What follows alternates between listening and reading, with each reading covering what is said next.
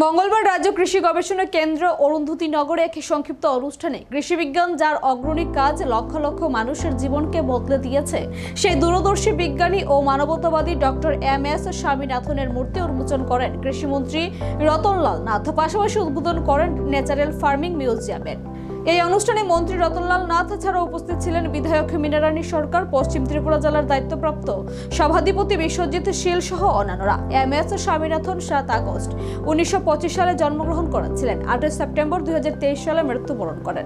তিনি ছিলেন একজন আন্তর্জাতিক খ্যাতি সম্পন্ন ভারতীয় কৃষি বিজ্ঞানী, উদ্ভিদ জিন তত্ত্ববিদ, প্রশাসক এবং মানবতাবাদী ব্যক্তিত্ব। মূলত ভারতের কৃষিক্ষেত্রে সবুজ বিপ্লবের প্রধান স্থপতি ছিলেন স্বামীনাথন।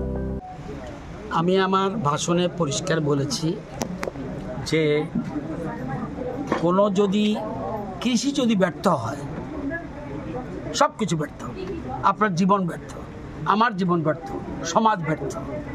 এটা স্বামীনাথনের মূল কথা। তো আমরা কৃষিকে আরও বেশি শক্তিশালী করতে চাচ্ছি এবং ইন্টিগ্রেটেড কাল্টিভেশন সব রকম কিছু থাকবে।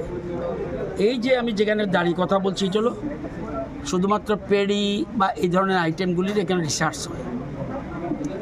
নাগেচড়া হর্টিকালচার অল আইটেমস, 2টা রিসার্চ সেন্টার। আমি সব কৃষকদের বলবো, যারা অন্নদাতা কৃষক ভগবান, তাদের বলবো কৃষি দপ্তরের যত সেন্টার আছে রাজ্যে, সব সেন্টারের সাথে যোগাযোগ রাখা। তাইলে আমরা আধুনিক কৃষি অর্থাৎ কৃষি এবং বিজ্ঞানকে যুক্ত করেছে স্বামীনাথনজি, এবং সেটা দিয়ে চলছে। এবং যদিও অনেক আগের থেকে উনি গবেষণা করছেন, সব কিছু করছেন, কিন্তু প্রকৃত ওনাকে সঠিক ফলো করেছে দেশের বর্তমান প্রধানমন্ত্রী। সেই জন্যে আমরা আজকে পৃথিবীর সবচেয়ে বেশি প্যাডি প্রোডাকশন হয় ইন্ডিয়াতে, 2nd পজিশন, কিন্তু রপ্তানি সবচেয়ে বেশি আমরা করি। চীন আমাদের সাথে রপ্তানিতে পারে না, কারণ এত বেশি প্রোডাকশন হচ্ছে কৃষকরা। এই জন্য ক্রেডিট কার কৃষকদের। আমাদের রাজ্য বর্তমানে 58টা ব্লকের মধ্যে আমরা 30টা ব্লকে খাদ্য সম্ভার। সেই দিন আরেকটা নতুন হয়েছে 31টা। এটা হলো চণ্ডীপুর ব্লক। সেখানে যা দরকার তাদের প্রোডাকশন ওই ব্লকের মানুষের এর থেকে 20 মেট্রিক টন বেশি প্রোডাকশন করছে।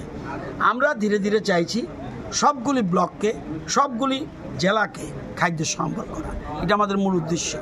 খাদ্য শুধুমাত্র আমরা শুধু ধান মনে করলে ভুল হবে। কৃষি অ্যালাইড, সেখানে থাকবে ধান, সেখানে